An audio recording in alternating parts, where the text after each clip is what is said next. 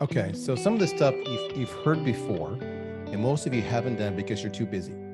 And to that, I say that's an excuse and you need to change it. And I'm sorry if I'm offending anybody, but I'm answering the question. The first thing you need to do is you need to pick up the phone and you need to talk to your customers. I challenge you this week, call 10 customers. Go to your head of customer success and you say, who are the 10 customers who fit our ICP, our ideal customer profile?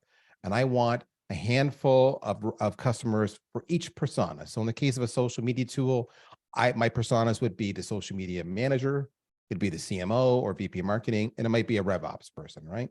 And I want to talk to each of those people at up to 10 companies. And you reach out to them and you simply say very simple stuff. And it's like a case for marketers, it's a case study, right? How you would approach a case study. You would say, before you acquired us, what was the pain points you were occurring? How was that impacting you? How are you dealing with it? What were the consequences? What was the final straw that caused you to say, I need to seek a solution? What was the process you went through to actually evaluate solutions? What was the short list? Why did you pick us? What's it been like since then? How have you measured ROI? How's it been received? Would you renew with us again? Simple question. I just went through a whole case study. Life before, life during, life after. That's exactly what I just did.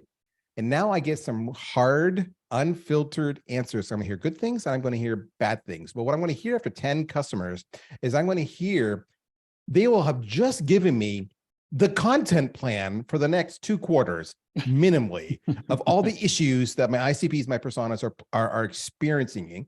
Plus, now I can go and talk to a sales rep and I can name drop the customer I'm talking to. When I do that, the rest of the leadership team goes, damn, they're actually talking to customers, because most marketers never do that. That's number one. If you do that, life will be better. The second thing you do is you go to your head of sales and you simply shut up and you say the following. You say, what do you need from me? I know you need leads. And if you haven't got an agreed upon understanding, a service level agreement on what a lead definition is, what everybody's roles are, if I give you a lead marketing, we agree that it will tick the following boxes. Maybe I know the revenue and the industry and the company size, and I've got the right people on the buying committee, job titles, etc. But in exchange, you agree that you will respond to that lead within 60 minutes. You will do at least 12 touches over the course of 2 weeks of the following mix of channels.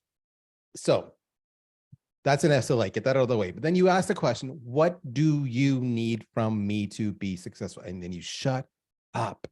And they're going to say, well, I need competitive intel, or I need battle cards, or I need sequence writing because our people suck at writing sequences, or I need videos, or I need tutorials, or I need demos, or I need a positive press article, or I need an analyst report. And you just put it on your list. And here's the funny part, marketers. Everything they're saying to you was probably on your plan anyway.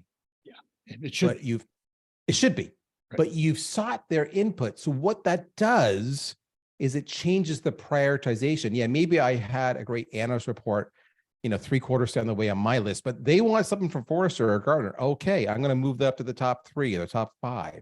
Okay, so and then you play back when you delivered that analyst report to them. You say the following: Sally, you asked me for a report from Gartner. I heard you, and here it is. And by the way, you would have given Sally updates at every step of the way. I heard you, we're booking a briefing. I heard you, we're now pitching our story for inclusion in this study. I heard you, here's a draft of the article. Okay, I heard you, and we're launching on a press release and a media pitch and working with all our influencers, a big campaign to promote our inclusion in this big study.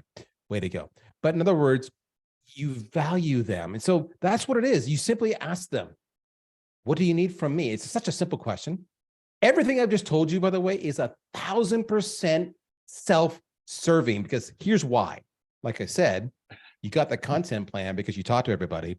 But number 2, when you're getting hammered at the executive leadership team because maybe the lead flow isn't hitting, or maybe the conversion rate's not there, and it may or may not be your fault. Maybe it's just a bad economy, but they're going to lash out at marketing today. You know who's going to stick up for you? Sally, the head of sales, who's going to say, no, we're working together, we're aligned.